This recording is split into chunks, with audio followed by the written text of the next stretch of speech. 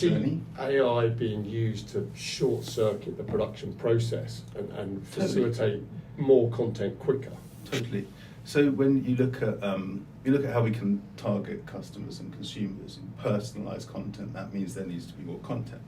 The machines, the agencies, the big production businesses, without mentioning any names, but the ones that sit within agencies, their models is changing, and every day it's changing more. So where they used to offshore to cheaper locations, charge by the hour for cheaper labour to do things like versioning, translation, transcreation, adapting assets for different screens and different formats, that is all going to be AI.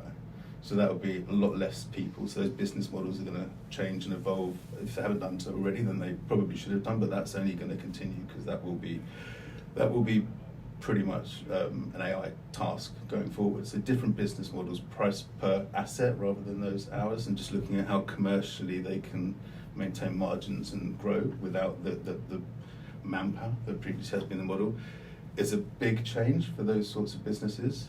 I think when we look at master production, I think when you look at the with ChatGPT and Midjourney and Runway and all the different apps and capabilities that are becoming more prevalent, text to image is pretty good. It's been pretty good for a while, and it's just getting better and better every day. So text to image is something that's going to provide a threat for photographers and for shooting. Without being too negative, we're always going to need great photographers, but there's things you can do which that is not noticeable whether or not it is AI.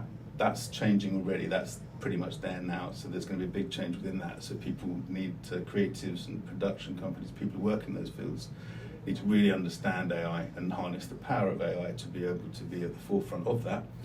Video, text to video is more in development. So if you look at Sora, which you might be familiar with, so some of the stuff Sora is launching, and Sora hasn't launched to the public, it's in beta.